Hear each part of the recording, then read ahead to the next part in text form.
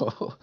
2, 1. All right, hey, what's going on, everybody? Welcome to Catalyst Podcast. It's the day before 420, right? April 20th, 2000 or April 19th, 2020. I'm Matt.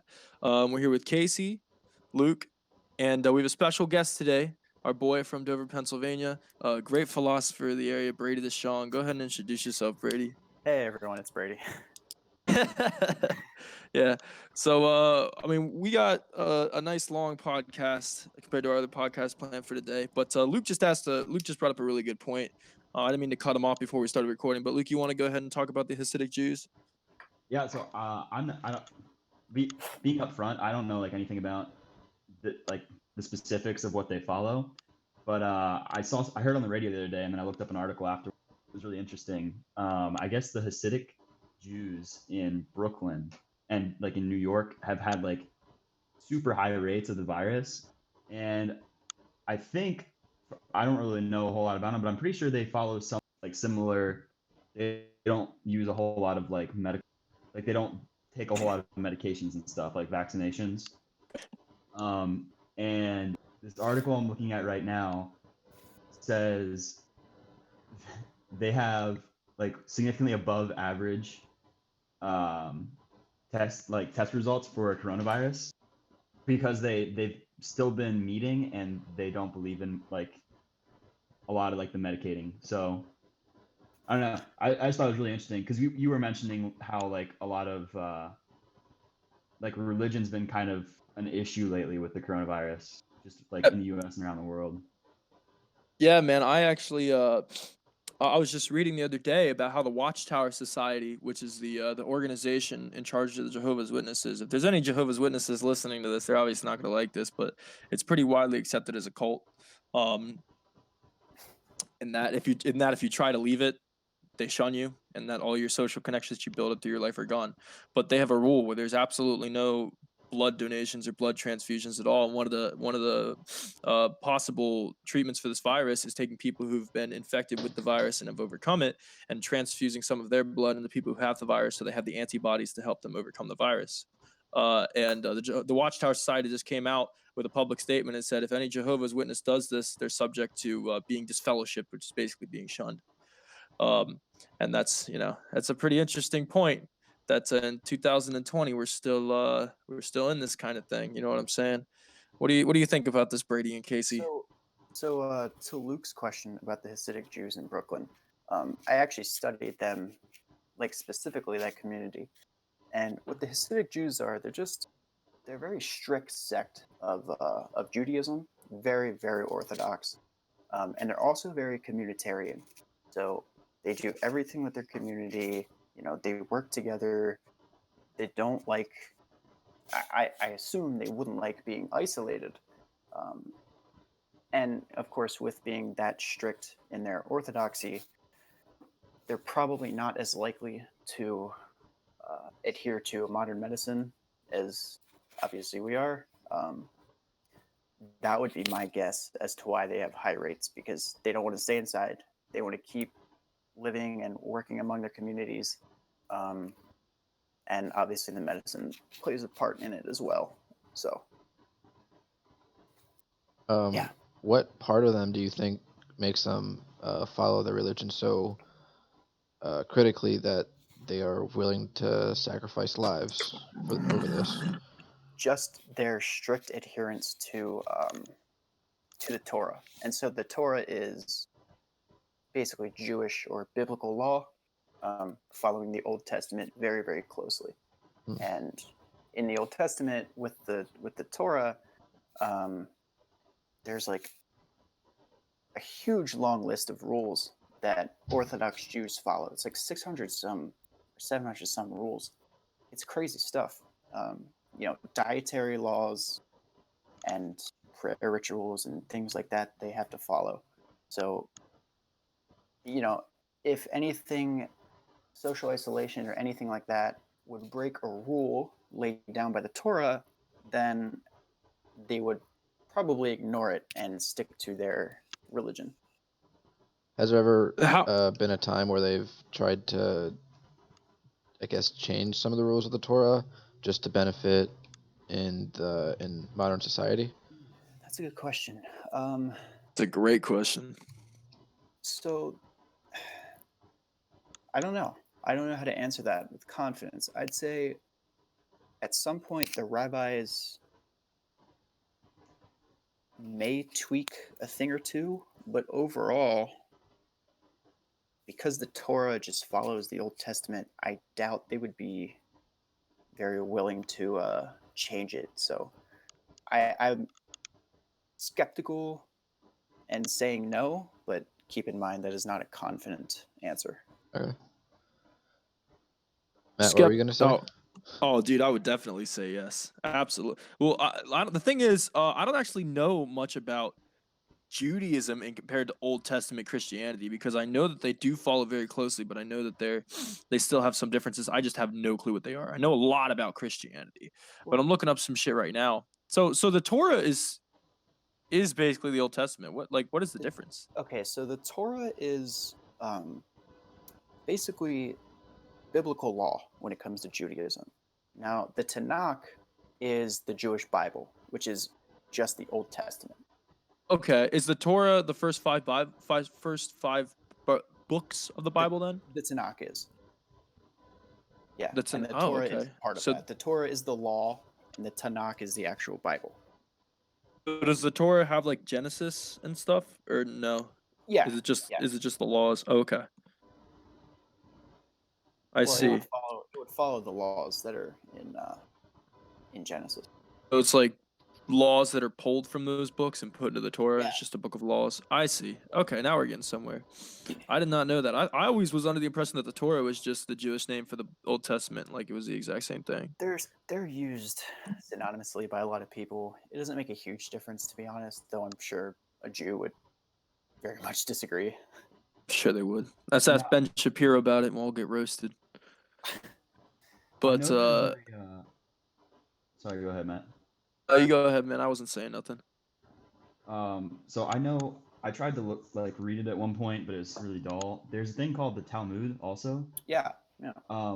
Which I don't know It's really how much dull. Hasidic Jews would adhere to it, but I know it's pretty much where they kind of look at specific cases of where things might not line up. Like one of the sections I read was about it's pretty much just priests throughout the years of Judaism looking at these moral questions, right? Does that sound right? Yeah, it's basically commentary from the rabbis.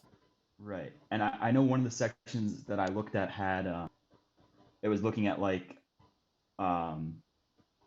War II, and one of the questions was would it be wrong for a mother to smother their baby that was crying when Nazis were coming through the house trying to find them?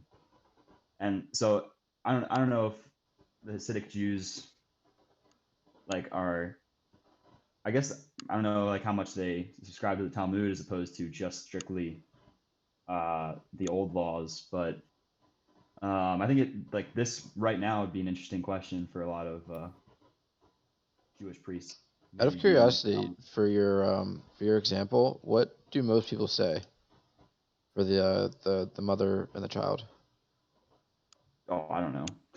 I mean, the priest that the commentary that I was reading, he said it would be fine, and went on to kind of quote a bunch of different verses that to support his argument, because essentially that's what it is. They look at these questions and then kind of provide commentary and support for what they think and why they think it. Look at this. Jewish hell, otherwise known as Gehenna, is 60 times hotter than earthly fire. Isn't that interesting? Barakat 57b.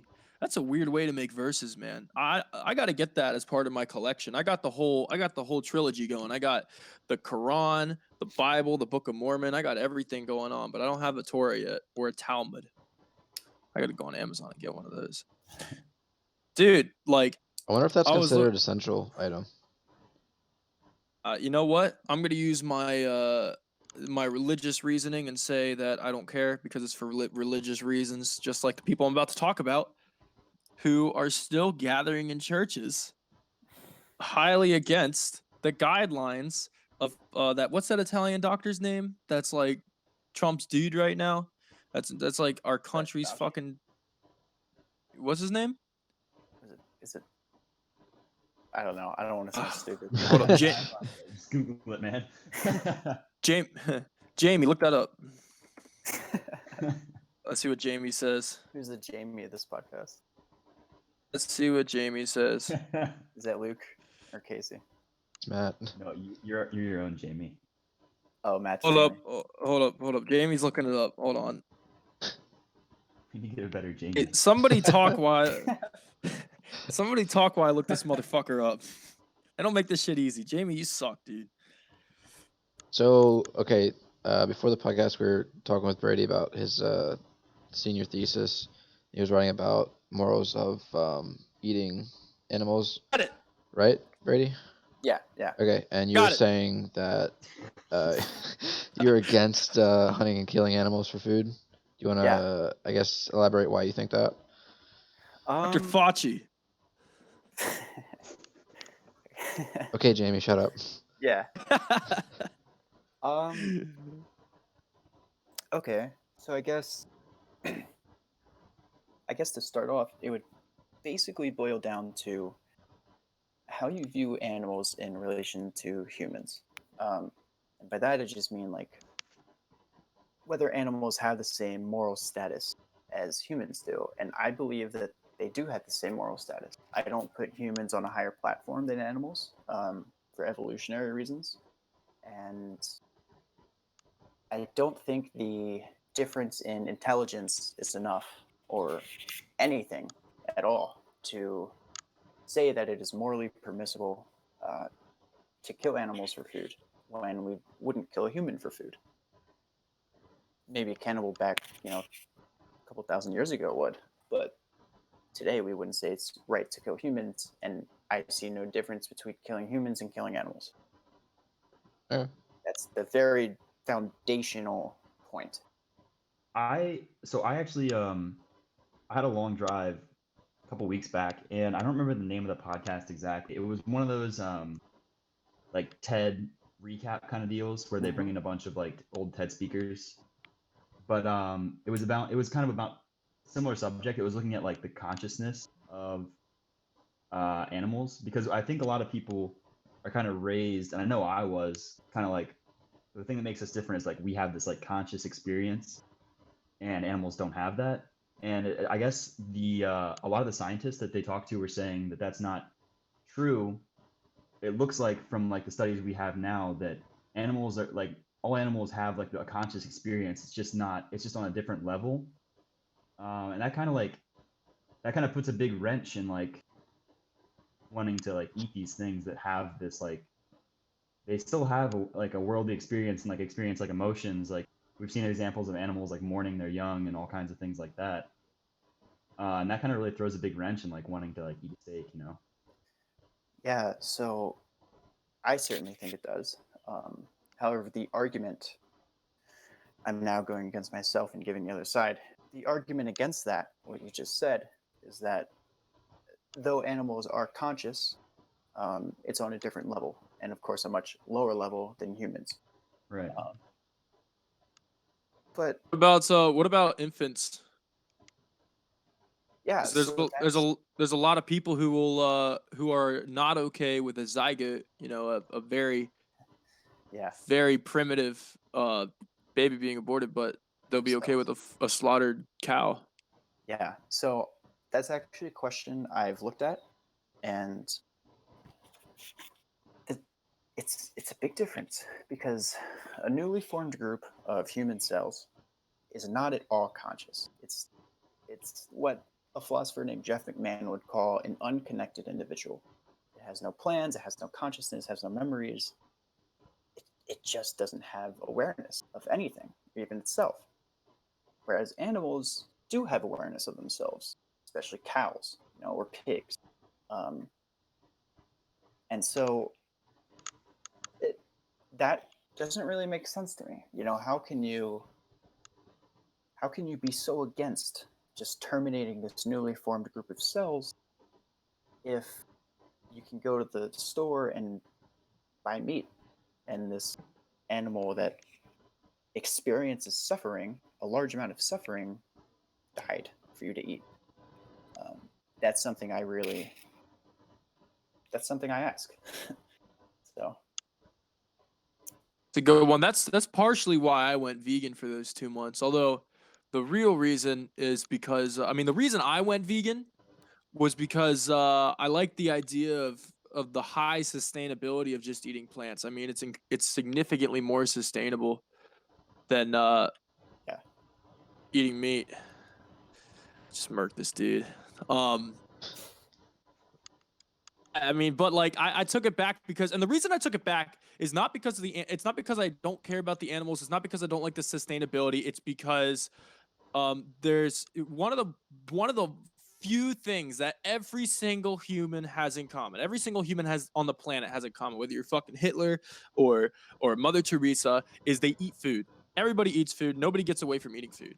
And it's such a thing that we have in common that it's such a social event that if you go vegan, now you're cutting out a large portion of the population that can have that social interaction with you. I noticed that when I was vegan, people would want to go to a steakhouse or something and be like, there's no point for me in going because the only vegan thing they have there's applesauce. I'm not about to spend $2 on applesauce.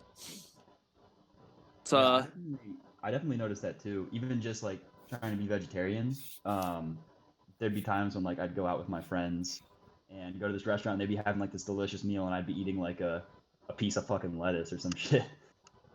But I think a lot of places are moving in like a better direction because I know now like when I go places, a lot of them will have vegetarian or vegan options. There's just still a good amount that don't, but I think we're kind of moving in the direction where it's a little bit easier to like live that lifestyle and still be able to have the same social interactions you're talking about.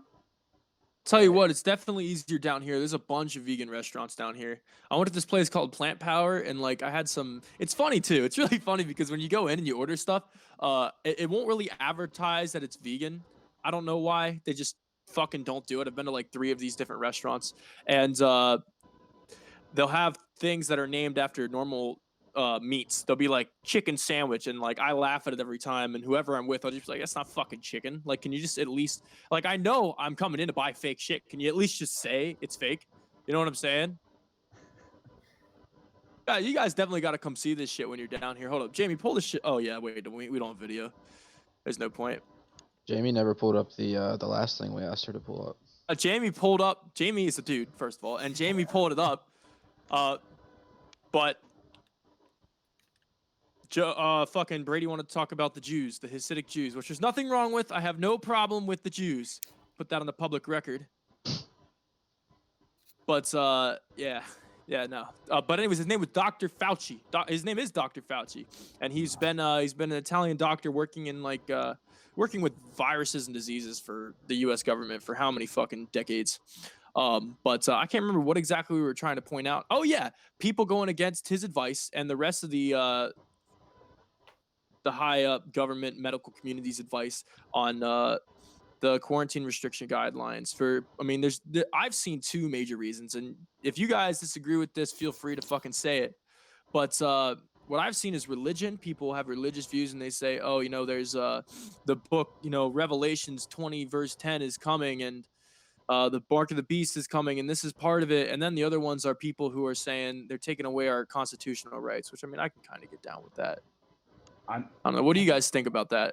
I've heard, especially down here. I'm in Oklahoma right now, and a lot of people down here that I've talked to are just pissed about like the economy, and or maybe not even just pissed, just worried.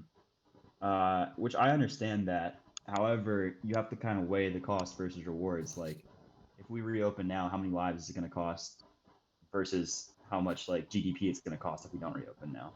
Mm-hmm. I don't know, man, but I'm trying to figure out how many lives is worth my INO stock. I'm floating around the 2,000 area, maybe 2,500 if it goes up high enough. But yeah, I sold a lot of my stock recently for like a decent profit just because I think things are gonna get worse before they get better economically. So that's where I'm at, and I'm not. I'm young. I don't have a lot of like. I understand more for people who have like their life savings in investments right now and are just losing money like crazy.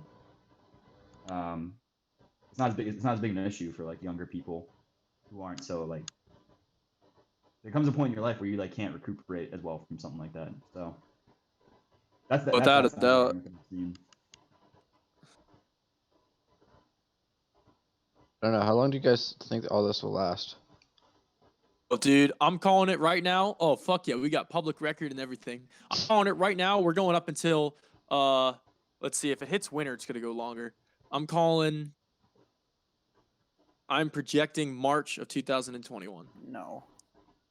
You can No. disagree with me if you want. What's your projection, motherfucker? Let me hear it. No way. I mean, I guess it depends on what you mean by how long all of this will last. Like, the quarantine is not going to last until March. That's But yeah, There's no way. because it's gonna be a gradient of like getting back to normal. yeah. Yeah. Like I think people are gonna be wearing masks for quite a while, but Yeah. I Oh, don't yeah, think without a businesses are doubt. gonna be closed.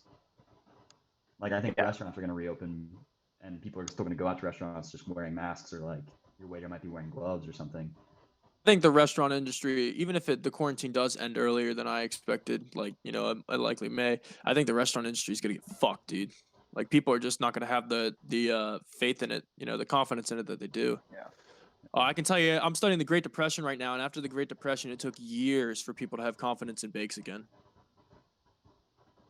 In Well, what? actually, you know what? So this is Reddit news, so don't quote me here, but it literally just popped up on my phone, like right as we were starting this, and this is just you were just saying like not trusting banks. While Americans hoarded toilet paper, hand sanitizer, and masks, Russians withdrew 13.6 billion in cash from ATMs. Wow. Holy shit. That's actually scary. That's literally what started the Depression. Yeah. Yeah. Well, that's not what started it, but that's what led to the banks failing. Right. Hmm. But that's scary stuff from like an economic standpoint. Oh, I don't- absolutely, I without don't a doubt. I don't think the U.S. is that close to people freaking out that they're just gonna take all their money back. Yeah, I do. Did you guys get your stimulus checks yet? I'm yeah. not getting it. Wait, you're not getting it? No, because parents either. claim me as dependent or whatever. To be Oh, poor. What's it like to be poor? I wouldn't know. Sucks. My bank account says $1,207, dude. So I'm sitting pretty. How's that 60-hour job you got there? Sucks. I want to kill myself.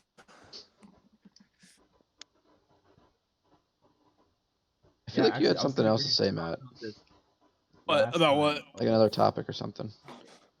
Hold on, let me see what I wrote down in the chat. Let's see what Jamie's putting down. Ooh, excuse me, Jamie. Alright. Excuse yourself. Since it's gonna take him 5 minutes, we talked not- about it last it's not time. wrong. We were talking about like how big of a change it has been like for schooling. So like, are you taking like online classes right now, or how's? Oh, me? Yeah, just Yeah. So yeah, my university's completely online, as I imagine all of them are. Mhm. yeah. It I is. hate it. I don't know about you, Brady. Yeah, it sucks. Dude, I love this shit. You're kidding. You guys Yeah, got you guys are fucking tripping. It took 6 credits. Like 6 credits. I have exactly 6 credits, motherfucker. Exactly 6 credits. But yeah, dude, no, that sucks for you guys, man. Especially you guys are still paying full tuition, right? Oh yeah. Yeah. Well, Do you guys get No, your room and board cut? Yeah, ours did. Okay. So what? It's only like $40,000 a year now. I don't know. Oh, how about Joe Biden, dog? Oh god. That was a Wait, what did I miss? Well, that was out I from was left just field. yeah, it was out from left field. But Joe Biden, man. Oh, Brady's a liberal. Oh, sweet. We got a topic now, baby. Woo! All right. Trump's taking the cake. Who's with it? Who's with it? Who No. believes me? I don't I think mean- so. You think Joe Biden's gonna fucking Well- win?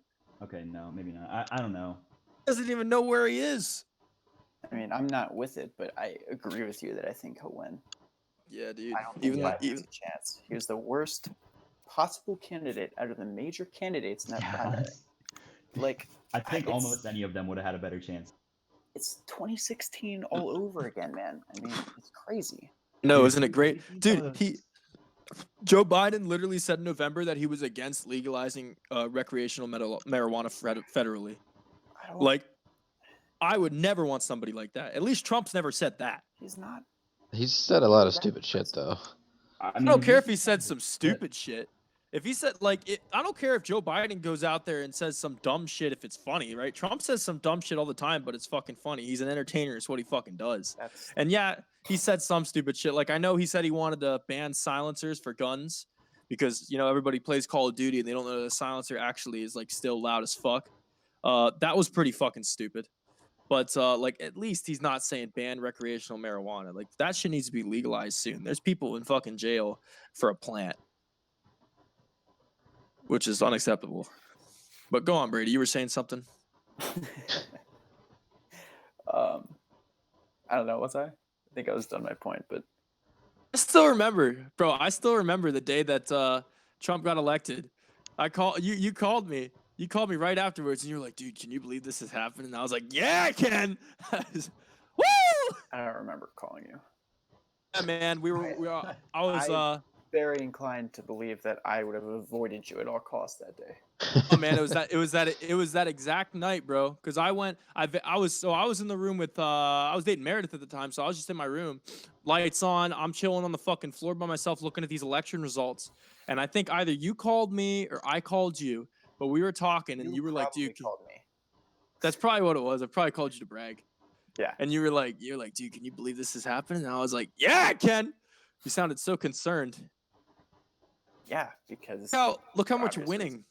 Look at all the winning. I know I'm so tired of winning.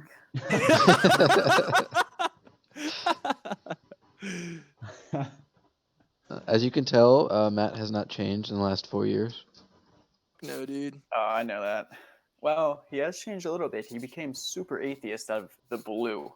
I'm not an atheist. I'm an agnostic. You are an atheist. No, I'm agnostic. Let me just You are agnostic. I forgot to clarify that. I am not I believe in a higher being and a future existence. Okay.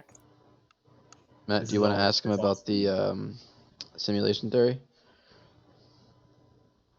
Oh yeah, bro. Oh, Hey, God. Casey, you're the one who brought this up, man. Why don't you Oh yeah, like you're the one who brought it up the first time. Yeah, but you're Matt? obsessed with it. Hold on. That's it. I'm just obsessed with reality, motherfucker. And if it just happens to be that we're in a simulation and that's reality, then yeah, I'm obsessed with it. So 'Cause we're it's talking reality. about this theory, which is like it makes sense, but it doesn't make sense to Matthew because his brain cannot comprehend the mathematical concept of a limit. Listen here, motherfucker. All right, just because your brain thinks in 3D and mine thinks in like 5D doesn't mean that I can't comprehend the shit you say. Mine just works on a different level, Let's a hear it, different let's hear it. spectrum, and not the autistic spectrum. Let's hear it. Casey, go ahead. So basically, Okay. is it Casey? Is it me? Casey, you gave it to me, so I don't know if you want to say it, man. If you want, I you can don't say care. It. You Go seem ahead. very excited, so you can do it. All right, man. Let me put the controller down so I can focus. So basically, right? So we live in a reality, all right, and everything in this reality is orientated by math, right? Mathematics can define everything if we can figure out the equations in which to define it, right? So that begs the question: was there some sort of intelligence? You cannot deny that mathematics can calculate literally anything if we can get the proper equations and the proper data in which to calculate it with. I'm not denying that. No one denies that. We're all good. Everybody's been through a basic algebra class. We know how mathematics works. Good shit. So, all right, that begs the question, and this is a question that a philosopher or just a thinking mind might think. Maybe just like you program equations into a computer, some sort of intelligent being or intelligent beings programmed equations into our reality which run it, and that's why we have natural laws, right? Just like we can make a game of The Sims and they can run autonomously by themselves and maybe think that they really exist in reality, maybe they can do the same shit to our fucking reality. So we've come up with four possibilities, not us. There's some fucking famous dude, Casey knows his name, but he came up with 3 and I said fuck that. There's definitely a possibility unlikely of a 4th, right? So the 4 possibilities are this. One, that we live in reality and that humans will be destroyed. All intelligent life will be destroyed before a simulation is possible. That's one possibility, right? The second possibility is that we live in a reality, and making a simulation which is actually cognizant of its own consciousness is just impossible. It just never happens. The other one is that we live in a simulation. Because if we live in a reality, if there is a reality where simulations are possible, then it's most likely we live in one, because you have the reality as the base, which creates a simulation, which advances enough to create another simulation, and simulation. You have an infinite chain of simulations. And the fourth one, which is the one that this famous dude, I can't remember his fucking name. Jamie, look that shit up. Other Jamie, right? Is that we live in a reality and we just have not created a simulation yet. However, it is possible, right? I think that there is a high possibility that we live in a simulation because of the complex but very specific natural laws that we have in place. And it would be possible. Look, in the age of computers, what's the age of computers been since like the 60s when we had the first Pong game?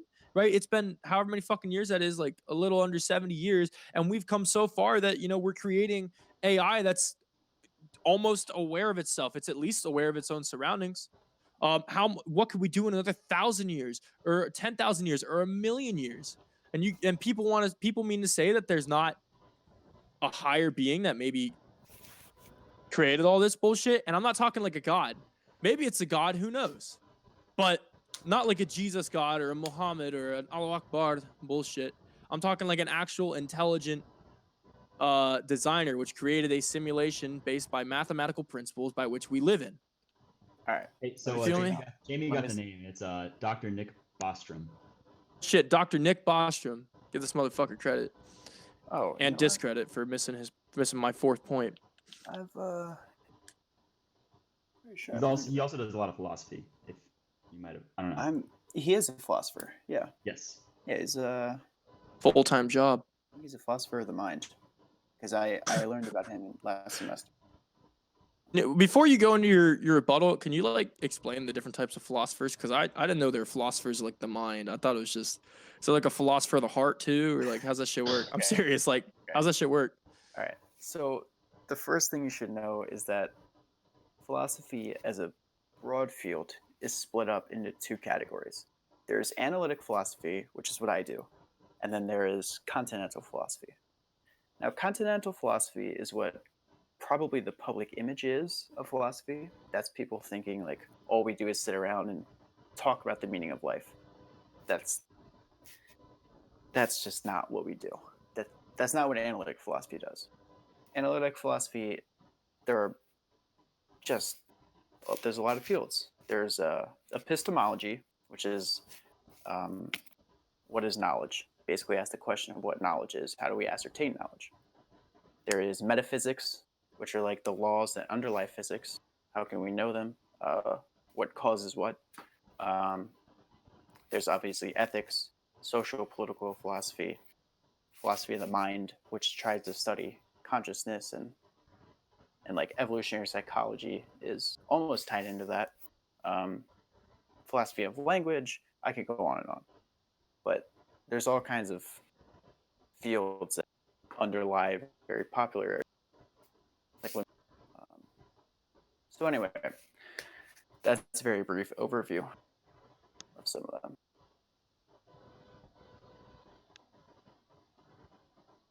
Okay. What's your what's your take on that? Saying your take on the fucking what I had to say. The simulation? The simulation, yeah. What do you think? Because like it's at first it sounds like some Eddie Bravo. Okay. Like do you guys know who Eddie Bravo is? Yes. Okay, yeah, it sounds like some Eddie Bravo like conspiracy bullshit, but it actually has some like theoretically it could be true. I'll give you my opinion on the simulation theory. Of course, I know what it is. It's become very popular in the past couple of years. There was a philosopher named David Chalmers. He's a philosopher of mind. He wrote earlier, like years ago, about this, but it's not what like Elon Musk called the simulation. It's like matrices and the matrix and stuff like that. I don't know. There's no way for me to know. There's no evidence against it. There's no evidence for it.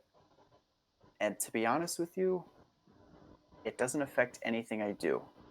So it is an interesting question for a lot of people. For me, it's not something I would study because I'm just interested in other things. Um, I don't think it can be proven ever one way or another. So that's my take.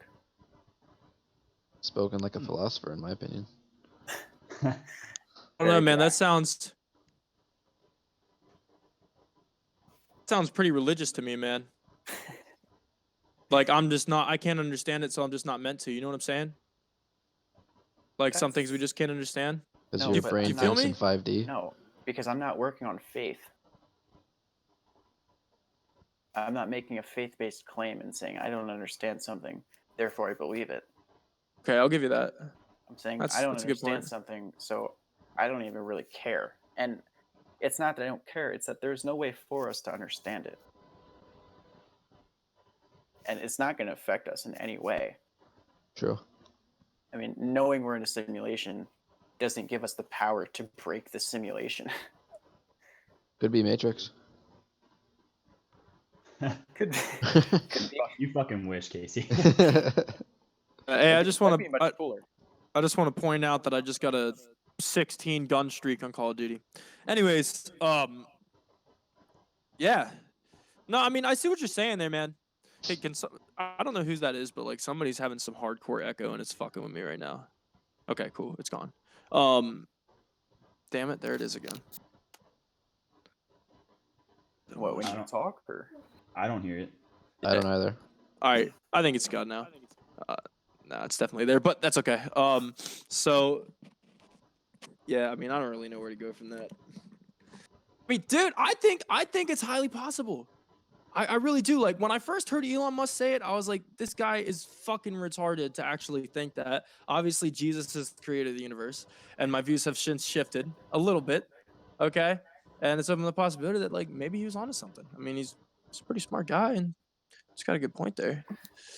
possible. Dude, I think that we are. I think that we're in some sort of simulation.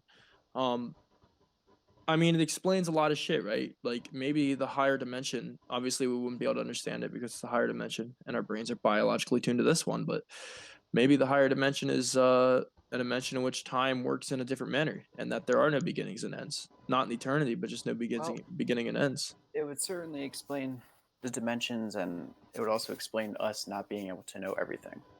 The Big Bang. It could easily explain the Big Bang or just the origin. Yeah. The origin. Yeah, it could. That is the biggest fucking question. People want to talk about is there a God or not? I mean, like I guess that's the biggest question, but like the one that gets me is like whether there's a God or not, where the fuck did we come from? That's the one that fucking keeps me up at night. You guys ever take pre-workout and it makes you really, really anxious? It does for me. Probably cause I take a lot of it. But like that's the shit I think about, dude. And I'll start freaking out on the barbell. Like, how did this shit start? I normally What don't led to think me? about these questions while working out. What led to me lifting all this weight with these big muscles? That's what I think about.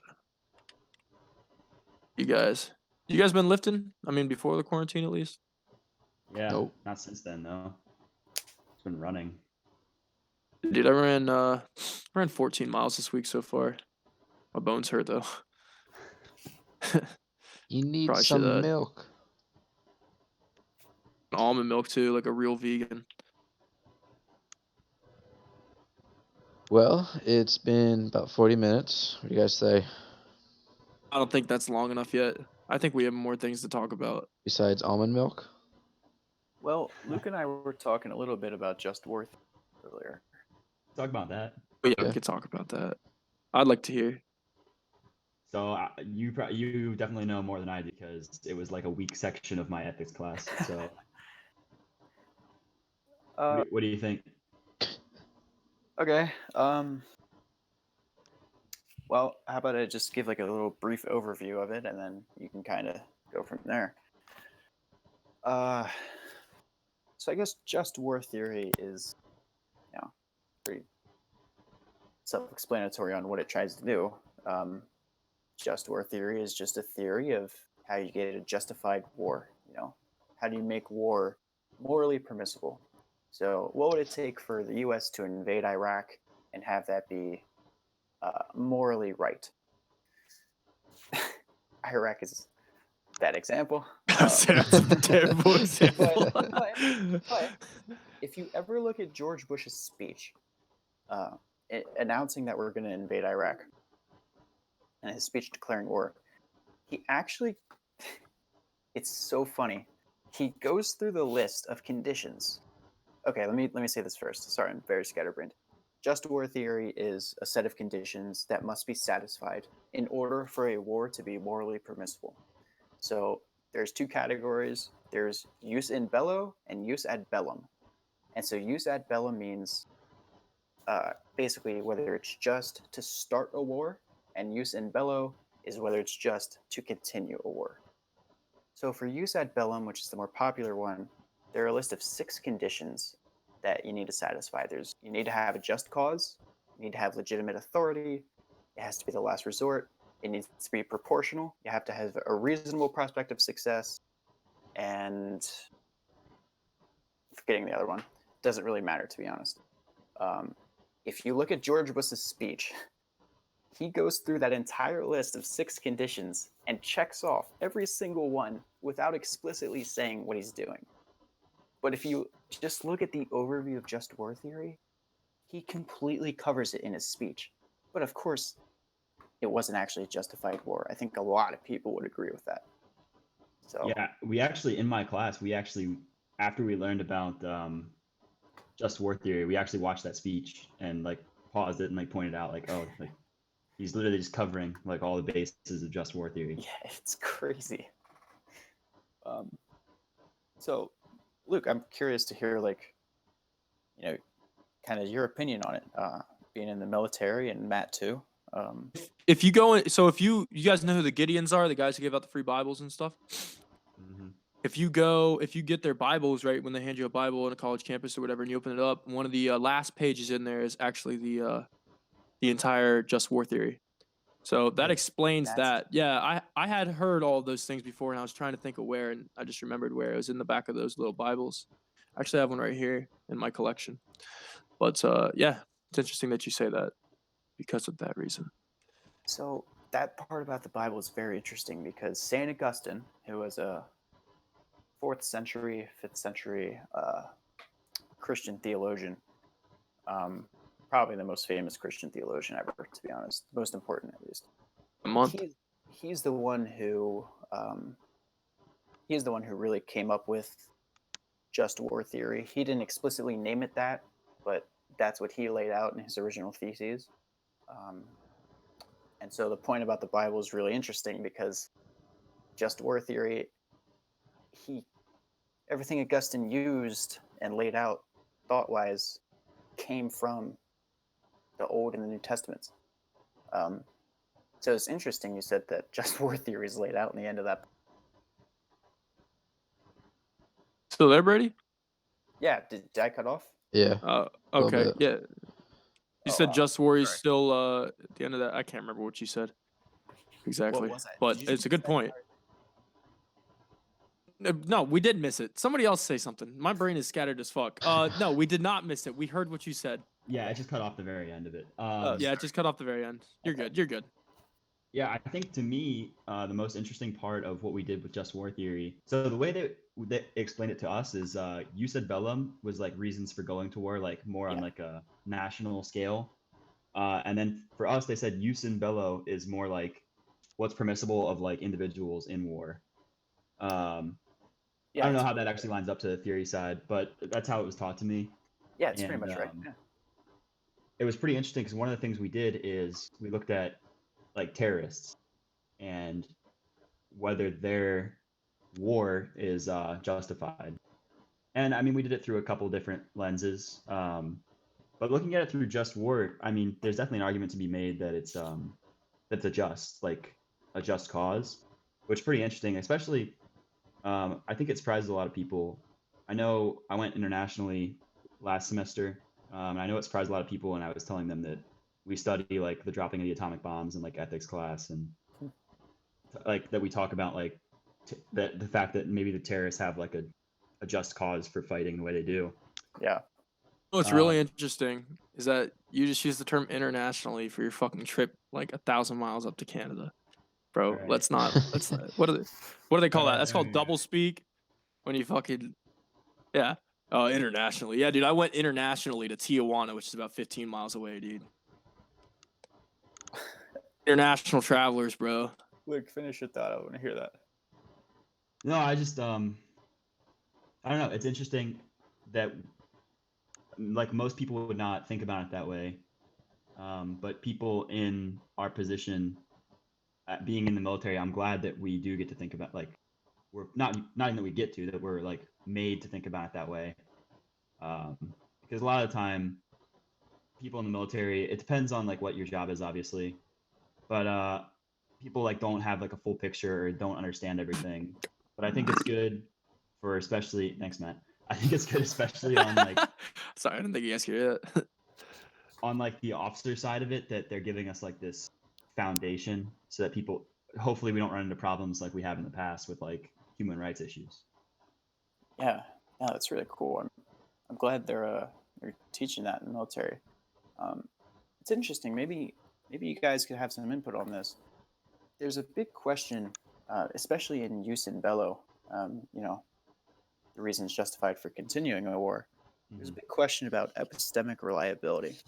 And what that means is basically the soldiers in war, the individual soldiers, um, are they liable to being judged morally impermissible based on how much they know about the war? So there's a lot you guys like. Let's say Trump sends us to Iran or something um, in a full fledged war, and you guys are sent over there. There's a lot that you might not know about the reasons he sent us over to war. So there's a big question about how we hold soldiers liable, um, you know, during cases of war. And I mean, like for example, in the Nuremberg trials. Explain. The Nuremberg trials in post World War II, right? They took all the German officers, and I don't know if they took enlisted or not, but they held them accountable, right? Yeah. They had an international fucking Yeah. court, and they hung a bunch of them.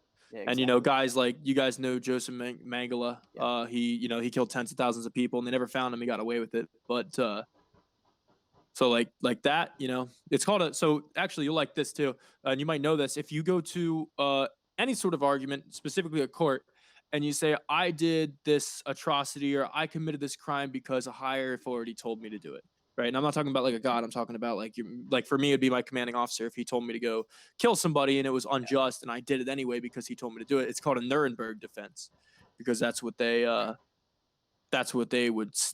do at the Nuremberg trials. I was told to do it. I didn't have a choice. Yeah. Is that what you're alluding to? Yeah. Is that partially it? Much. Yeah. So I think for military ethics, there's a big difference between enlisted and like officer in like just in terms of what you can and can't do. So the oath for an oath of enlistment and the oath of office are both different. Did not know that.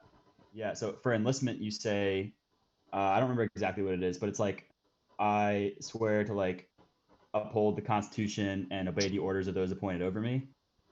And that line about obeying the orders of those appointed over me, oath of office. So there's actually we have like codes of conduct, and I forget exactly what the article is, but essentially like if you're given an order and you feel it's unlawful, you have like a specific set of things that you're supposed to do. Like first, you're supposed to bring it up to the next higher officer in your chain. If that doesn't work, like there's been like stories of people who have found that something is like not just or is like immoral and have like gone through this process, and they may end up a lot of the time they end up like losing their job or like something, like they might have negative consequences, but there's like a specific like legal way to go about not doing what you're told if you feel it's immoral or wrong. That's interesting. I didn't know that Yeah. was put in place. That's good to know. What would happen if the next higher up of, say, Matt's officer was also agreeing with what you were commanded to do? So if my chief told me to do something, and I went to the Chang, who's the chief engineer, and you're saying that he agreed with the chief's instruction, which was unlawful or whatever. Yeah. Because in the military, I mean, we're talking a lot of morals here, but what people don't know until they join the military is everything is fucking run by a regulation. There is something on pen and paper for everything you do, and all the officers are basically just copying whatever that says. So if I told my Chang that my chief's trying to make me do something, first of all, there'd be repercussions against me for that chief, unless it was really bad to the point where he pretty much got fired. And second of all, whew, that's actually a good question. I don't know, man. Luke, what would happen to you in the academy? So there, I can't find it exactly, but you can like dissent against an order, and if you're supposed to do it, the terminology is openly, and like you have to like say like I'm not going to do that, and this is why I'm not going to do it. Or you can one of the other options you have, I think this is your last resort, is you resign, and you say I'm resigning because I cannot complete this order because it's immoral, unjust, whatever like you want to say about it. And it has to be like a dire, like a subject of dire consequence, something like that. So like if someone tells you like mop the floor, like obviously it has to involve like life or death or like large consequences, right? Doing that shit. There's like a it's interesting. There is like they don't talk about it a lot, especially like I didn't really know about it when I was on the enlisted side, but now that like going to become an officer, they teach us about it, and it's pretty interesting. But it's also kind of unsettling that like a lot of it's not really taught on the enlisted side at all, because it's expected that someone on the officer side is going to be able to recognize when something like this is going on.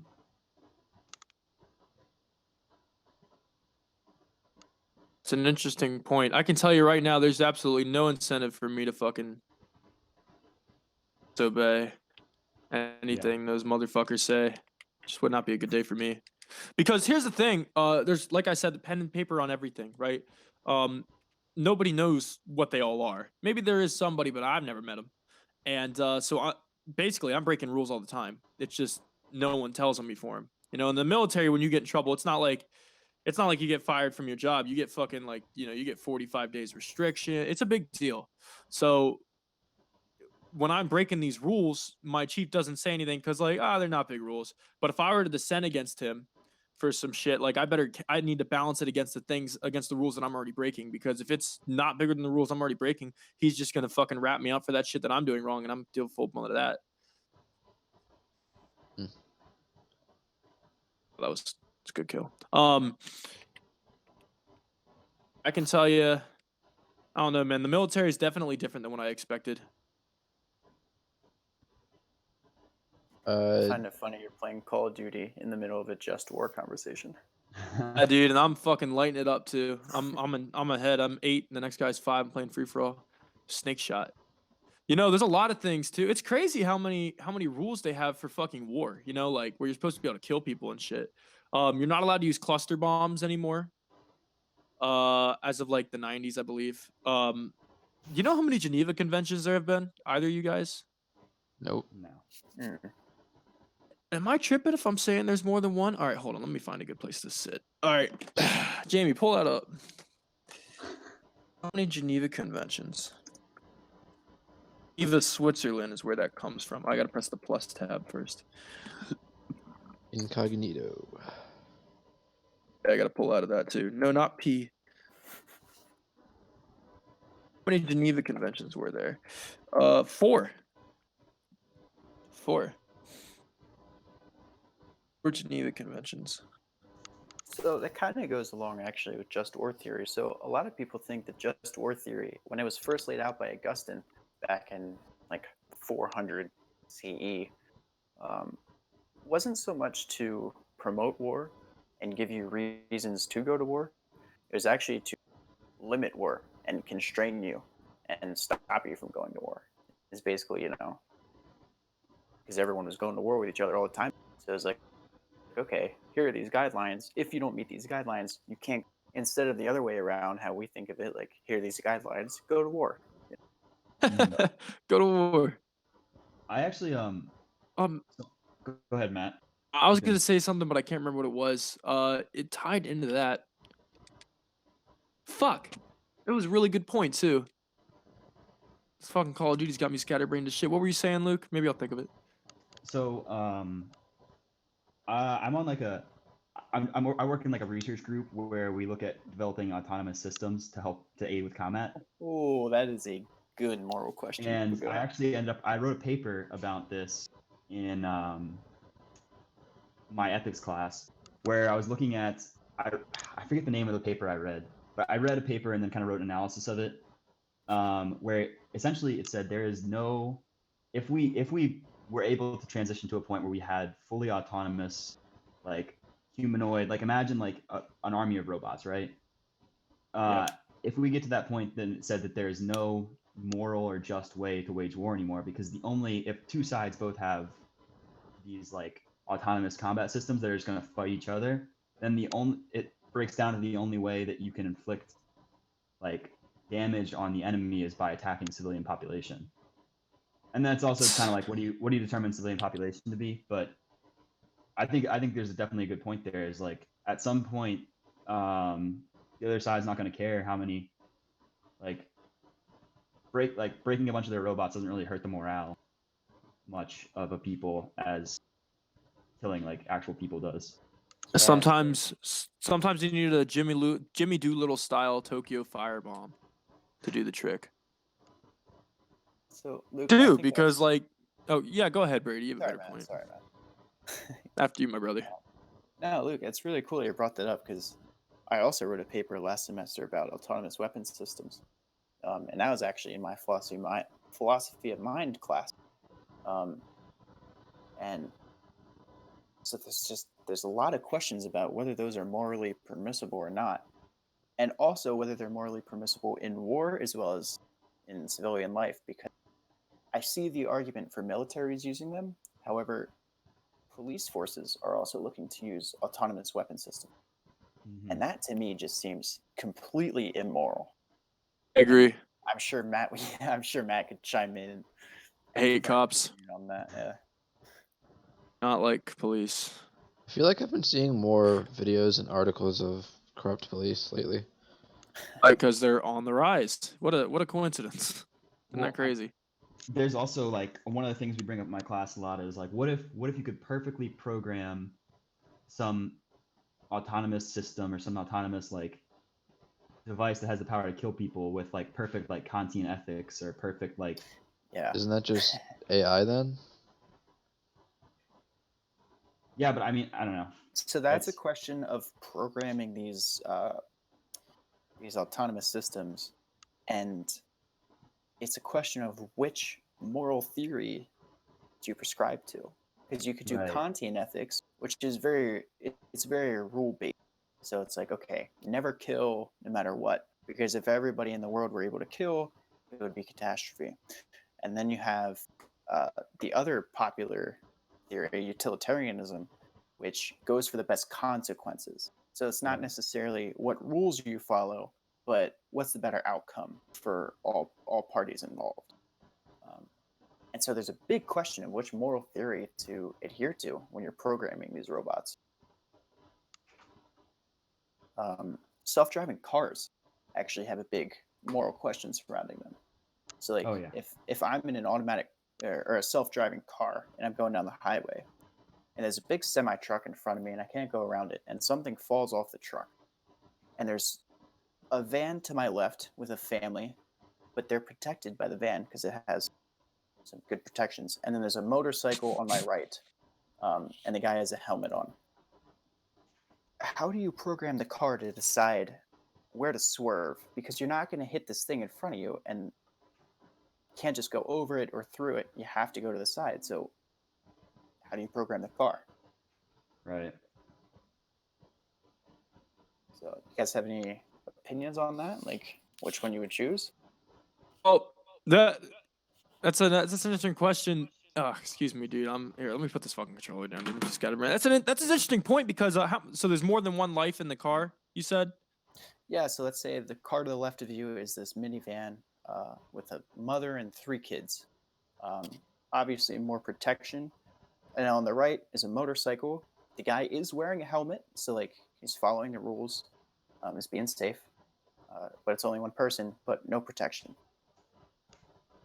And well, the dude on the motorcycle is gonna get murked, helmet or not. He's going straight to Juice World, straight to the gulag. So You would have the car swerving on the motorcycle. no, man, that's like that experiment where they took a bunch of people and had them. Gave them the lever to a railway, and they had them either kill multiple people on the rail or make it swerve and That- kill one guy who wasn't on the rail. That wasn't a real experiment. That's a very Thought popular experiment. thought experiment in philosophy. It's a basically yeah, the same solid idea. problem. Yeah, dude. that's the Look, idea. I don't want to sound retarded, so I don't want to say it was a real experiment, even though I might have just did. But No, you're fine. No, Casey, yeah, it's the exact same idea, and Yeah. that's exactly the thought. That trolley problem is a problem of utilitarianism.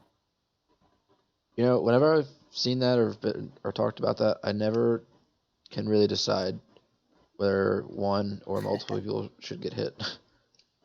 Yeah, so there's the one of this trolley's going down the tracks and it's heading towards 5, or you could pull the lever, switch it to the 1. However, there's a lot of people would say in that case you pull the lever and go towards the one person. Oh, I know where you're going with this. So what if you add a little twist to that? So let's say there's only one track now, and the trolley's going towards these 5 people, and you're on a bridge that overhangs the track and the 5 people. There is a very fat person standing in front of you, and what you can do is you can push this fat guy over the edge and have him land in front of the 5 people. Now he's so fat that he would protect the people, and the train would hit him and it would stop. So you'd save the 5, but he would die in the process. Is that different than pulling the lever and having it go towards the one person? Because you're actively killing this guy, whereas with the lever, it's more of a passive action. Well, and I think Good. like there have been like surveys done on this, right? Where people like tend to, in the situation where they can pull lever, tend to like pull lever and choose the one person, but in the situation where it's like push the person or not, people tend not to, because I think it's like the degree of separation between the actual act of like killing a person. Yeah. Which is I think ties into like military, where we look at like a lot of like autonomous or remotely piloted systems. And one of the things we talked about a lot in my class and that I was a big advocate for is like, I think killing somebody should be hard, like should be a hard decision to make. And I think the further away from it you are, the easier it becomes. Like I think that like stabbing somebody is probably pretty hard, like looking at them. Whereas like when like bows and as like pretty much the distance of violence has just increased throughout time, continuously. And I think it's made killing easier and easier and easier to the point where now someone can be sitting across the world in like a cargo container and press a button and kill like 100 people. Yeah, I think it's a good point. I mean, as kids, you're now allowed to play video games that promote that kind of violence too. So Yeah, young kids. So usually Right, by we the are. time you're in the military and can actually do that, you're probably a little bit more used to the separation. And I'm thinking more of like drones kind of thing. Mm-hmm. They actually had a like an award for drone pilots that was the equivalent of a Bronze Star, which is a pretty high award in the military for combat action. And they gave out none of them ever. They had it for a very short amount of time and they got rid of it because of there's a lot of backlash in the military saying that combat action is a lot different than being a drone pilot. But things like reports have actually shown that drone pilots experience PTSD on a much higher rate than actual combat survivors. Really? Yeah, which might be surprising, but like a lot of the time these people are observing these people go through like these drone pilots are up there for not up there physically, but they're watching these people live their lives and like do their thing for days before they actually strike. They just mark them. Yeah, so they're like watching these people live their lives, kind of. I don't know. I guess it'd be hard if you, as opposed to if you're directly in danger, as in like a combat scenario, and you kill somebody to save yourself and the people you're with, as opposed to you're across the world and you kill these people for probably like a good reason, but I bet it's harder to justify like mentally. That makes a lot of I would sense. imagine. No, yeah, I believe that 100%. You know, you would think it would just be like playing Call of Duty too. Yeah, Like honestly, and then because I think the action doesn't equate to the consequences in a lot of people's minds. So like it's something you can do so easily and maybe not think about it until like at some point the consequences become like at some point what you've done becomes real. Like there's a movie, oh crap, what's it called? Eye in the Sky. That's about this kind of situation, and like these drone pilots are like doing their thing, and then they like drop the bomb, right, and then they come out and they give them like the after action report. They're like, oh, you got him, like good job, and they like show them pictures and stuff, and it's like that's when like it becomes really hard for the people because like it doesn't seem real until it's done, I guess. You think Yeah, it's harder as a drone pilot to go through with the strike missions just because they know they have the power to do more damage? I don't know. I know. So in the movie Eye in the Sky, they're looking at like collateral damage, pretty much. Yeah. And I imagine. I mean, people who make it that far, like drone pilots, have like a lot of training and education. They probably understand what they're doing. They understand the consequences of what's going down.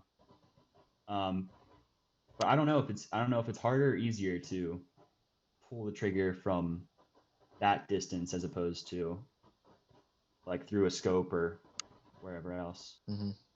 And I mean, I can't really say. I don't think I'll ever be able to say. well, But you know, you could ask the same question with the animal argument. You know, a lot of yeah, people can go to the store and buy a burger or buy a burger from McDonald's. right. But if they faced a cow in real life, would they be able to shoot it or stab it and kill it? Hunters would. But for the people who say that they're against hunting and then go to McDonald's and buy a burger, Yeah, you it's know, just more passive.